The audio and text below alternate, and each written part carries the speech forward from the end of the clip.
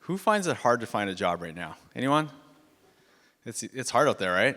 Yeah, so definitely excited to share this with you, and please let me know, like, how can I help? So the title is Landing a Tech Job During Boom and Bust Times, but the concepts I'm sharing is not just tech, so I'm upgrading the title. So the title is not tech, it's actually landing a dream job during boom and bust times. So there's 9 companies here. Every one of them are amazing, and so absolutely check them all out. So a little bit about me. As I mentioned before, I'm a third-time founder. I used to be a VP at a company called Splunk, Enterprise Software. I was also a director at Yahoo. I was an engineer at Expedia, and I'm also from Toronto. Any Canadians here? I know there's one, my co-founder. All right, we got a few others. Great.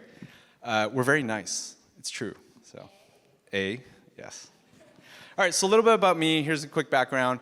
I did some back of the envelope calculations, but if you were to check my references, they'd probably say Jesse's #1 superpower is he's a prolific recruiter of talent. So I did a math of all the companies I worked at, the teams. So my team in particular, and the efforts we've driven, has hired over 1,000 students. I'm not talking about full-time, I'm talking about students. So students straight out of college, interns, whatever. We probably interviewed well over 10,000. This is not bullshit, it's real. I'm gonna share the secret sauce of what we've learned over time. I've also mentored a lot of people, and so what I did was I checked on LinkedIn, I was just spying on people, like, okay, where did they work, where did they go?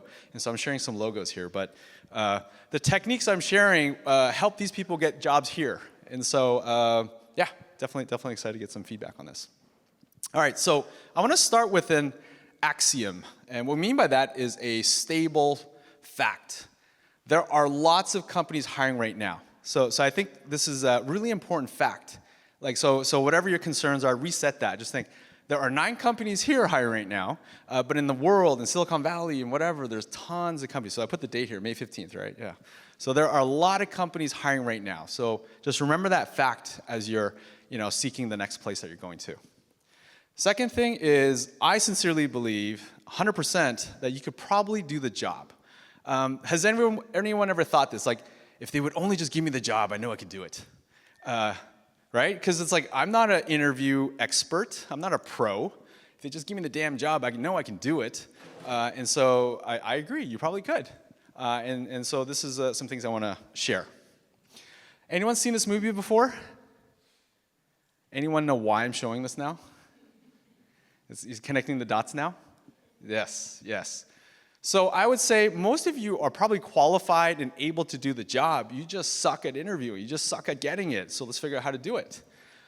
So number one, I would say everyone needs to watch and rewatch this movie a few times. If you're looking for a job, watch this movie. And if you can't get access to it, get my business card. I'll buy it for you. All right? I'll rent it for you. So that's my gift to you. And second thing is, after you watch this movie, apply for a job as if you're a con artist. Now, here's the trick. You're actually qualified for the job, right? So this is not lying. This is not like some shady stuff unlike that guy in the movie. You're actually applying for a job you qualify for and you could do. And so just take that to heart. So watch this movie, apply the techniques. It's amazing. All right, so before I dive in, any DC fans here? All right, I'm going to pick on you if that's okay. All right. Let's say you're interviewing for a job, and I say, what's your superpower? What are your strengths? I would say differentiation, go-to-market. Okay, I'm going to stop. Give me some weaknesses. Weaknesses. Okay. So I would say weaknesses would be... Okay, it's too long. So I'm going to stop. All right. It's okay. We're all friendly here. You say you're a DC fan, right? Who's your favorite character in DC world? DC universe. I love Watchmen. Watchmen, okay. Okay, let's pretend you're the Watchman. Which one? I would say Dr. Manhattan. Okay, let's pretend you're Dr. Manhattan. You are Dr. Manhattan. Do you have that image in your head? What are your strengths? I would say I know how to predict the future so I can see problems. Great, stop.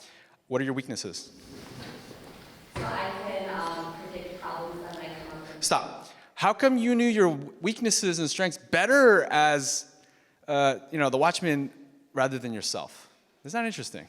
But, yeah, seeing myself as an all-seeing God. There you go. There you go. So anyways, the reason why I'm sharing this is because when you think about yourself, there's me at home, there's me at work.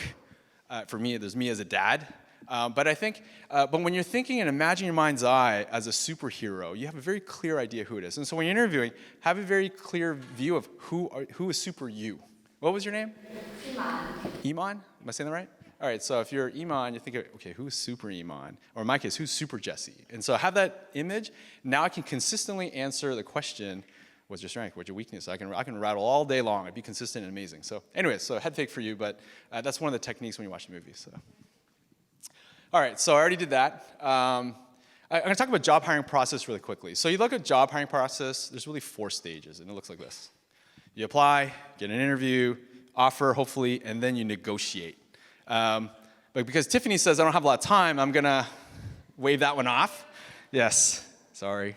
But I'm free later. Anyways, so yes. So we're going to talk about apply, interview, and getting an offer, because I think right now let's just get some offers, right? And then we'll talk about negotiation. So number 1, your goal is to apply and get selected for an interview. Anyone stuck at this stage? You're applying, no interviews? Okay, we got a few. All right, more? Great. Let's talk about how that works. So you've all seen this, right? Like you're going to make a resume. And I purposely did this. I Googled for computer science resume. This is real. You can check on Google. And I wanted to pull up some resumes that I just randomly selected. So here's 2. Now, I redacted them. They're real. Again, if you go on Google, you probably find it. So I'm going to ask here. So let's take a look at the one on the left. Who would interview this person? So there's one stat that I've been hearing from a lot of founders and other people hiring. For every job application out there, there's probably up to or close to maybe even 1,000 people applying. Definitely hundreds. And so you think about a recruiter's job or my job, looking at a resume, there's 1,000 of these for every job. So 1,000, okay? So as you think about that, now, would you pick this one on the left? Anyone? Yes or no? What do you think? What's your critique? Yeah, you'd pick it? Okay. Anyone else? Yes. All right. Okay. Any critiques about this resume? Well, my question is is it getting through ATS? Great question. Is it getting through ATS? There's a lot of words, maybe. Tiffany? A recruiter spends 7 seconds looking at your resume. You put your education at the top. That's like 3 seconds wasted. Very good. I agree. Big mistake. We go to a lot of career fairs right now, and when I see a stack of resumes, I'm fanning through them, they're all the same. I'm like, does anyone's resume look like this? Does the template look familiar? All right, good. Yes, education first, in my view, is a big no-no, because again, as Tiffany was alluding to, you don't have a lot of time. 1,000 resumes. I've wasted a couple seconds on education. Here's some other issues. What really matters down there is like skills. It's way down there. It's like, okay, now I got to go up and down to look at things. Also, look at this. The person didn't even put in their address. They literally had fields they didn't fill in. That's right, WTF. Please don't do this. So, in my view, rejected. I ain't going to interview this. Skip. All right, how about this resume here? Anyone? Would anyone interview this person? Yeah. All right, not very strong, right? Yeah, it's plain AF. You know how to say that. So yeah. Here's an issue. They didn't even fill in the year. 20XX. What does that mean? Yeah, sorry. I'm moving on. So in my view, I would not maybe just into an interview, but anyways, from my view, I have 1,000 resumes. I'm looking at this thing. This is a no. The one on the left, the one reason is they might get to a screening interview because they actually list a concrete project, and the screening interview would look at whether they actually done. That's true. Yeah, they might. Again, like I think I totally agree with her. Like the idea here is you might be well qualified, but it's how do you present yourself, right? And sometimes you're rolling the dice. And so what I'm trying to do is help you. Let's not roll the dice. But certainly, you again, most of you can do the job, right? But how do you stand up above? So let's go on the left one. So here you have this resume. Any thoughts? Would anyone interview this person? Tiffany's already a yes. She's saying yes. Yeah, everyone's nodding. No one's saying no. There's a lot less text. I can breathe when I look at this, right? I'm not like drowning. And so I agree. I would interview that person also. How about on the right? This one's really interesting because if you look at it, it's actually a first-year student. And so this is a first-year student, literally a freshman in college. And so take a look. This guy's already nodding, so I think he likes his resume. So anyone here, you like this resume? Yeah? Yeah, everyone's nodding. No one's disagreeing. I do too, and here's why. I think the skills are at the top. Garage door project. Everyone thinks my lab is a garage, so I agree. This is cool. But notice what the person did here. Awards. Like, these are actually really badass awards, but he put it near the bottom. So it's very humble. It's really awesome, and education's where it belongs dead last. So yes, rock star, I would definitely interview this person. So anyways, you can do this yourself. As you look at resumes, you can do this yourself, but you can filter through. Did you have a question? Go for it. But it seems like these two examples, they don't have much experience. What about if you have 10 years of market? Great question. Great question. Yeah, so the question is, it looks like these people are earlier in their career. Now, actually, I think the person on the left was in internships. I can't tell.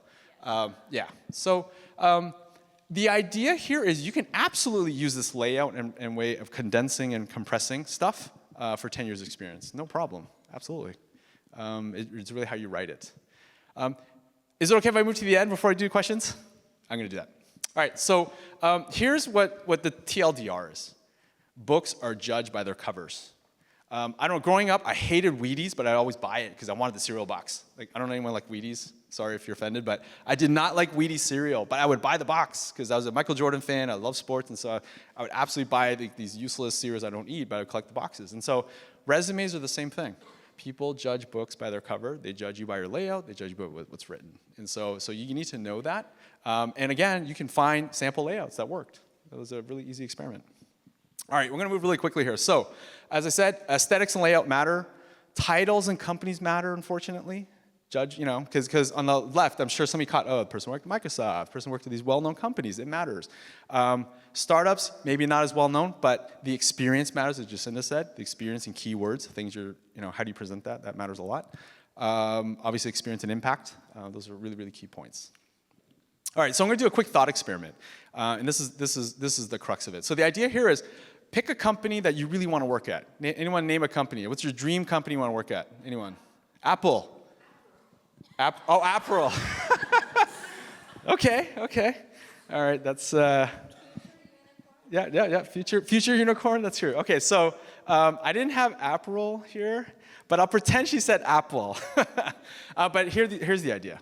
Let's pretend you did say Apple. It's like, let's walk through a thought experiment. How would you get a job there? First thing I would do is I would go to LinkedIn, go to the company page, and immediately I can see who works there. There's all these names here. It's thousands, probably tens of thousands or more, or April. But the idea here is I can immediately find this person works there, that person works there, that person. Is that interesting? Does that help? Can people connect the dots now? Remember, you watched the movie, right? So now you have leads. There's some very interesting things you can do with that.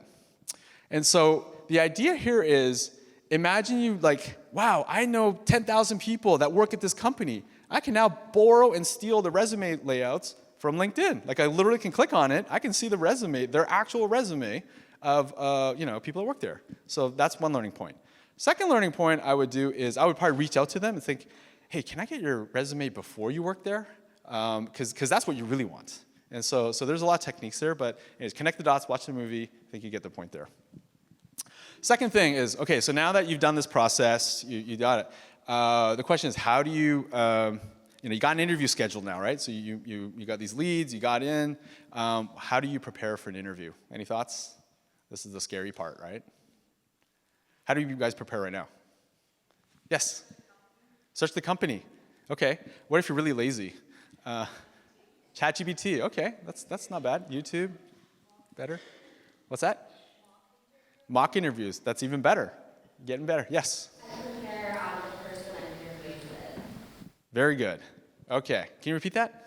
I look at their LinkedIn, maybe they have a blog. Yep. So I try to get personalized info on. Okay, so now you're stalking people, which is really good. That's what Frank did in the movie. Last one. Yeah, I also message the people who are working there. For example, if I'm a software engineer, I will find some software engineers. There's a halo coming down, right? Yes, exactly. So the people that you saw there, Ask them, hey, what was your interview like? Help me out. Yeah, absolutely. So how would a con artist prepare for an interview? So here's my, learn, steal, study websites, right? Exactly what you all said. And the key is the people who work there either worked or work, right? You can ask them, what was your interview like? Tell me, how can you help me prepare? So absolutely do that. Second thing is, I'll tell you a really quick story. So when I was in college, me and my roommates were like, hey, we're gonna go to Seattle. We're gonna go be a software engineer, we're gonna go to Seattle. So I decided to go to Expedia. My other friend decided to go to Amazon, and there's a third guy, his name is Jason Wong. And so I was like, Jason, you gotta come with us to Seattle. He's like, okay, and then, so he got a job interview at Microsoft. Didn't go so well. Went there, did the interview, came back, he's like, oh, it didn't work out. I'm like, but I go, Jason, I have an idea. The problem is, Asians all look alike, kind of, and it's like, I know another Jason Wong. And so basically, long story short is, I was like, why don't you reapply and use my parents' address? Same resume, same whatever. So he literally went a week later, full on site, and he's like, oh my God, you wouldn't believe it happened. I had the same recruiter. She didn't know it was me. Full panel. So did the full interview. Guess what happened? Didn't get the job. Came back. Like flying from Waterloo's one of mine. Went from Waterloo to Seattle and back. Second time didn't work out. Then I was like, Jason, guess what? I have a cousin named Jason Wong. There's tons of Jason. Hey, why don't you use Angus's parents' house? I said, yeah. And so we did it. Same thing. And he's like, you wouldn't believe what happened. Same recruiter, 3 times. Any idea what happened in the end? He got it. Absolutely. Anyways, so yeah, Jason Wong story. True story. Microsoft. Big companies. 4 minutes. All right.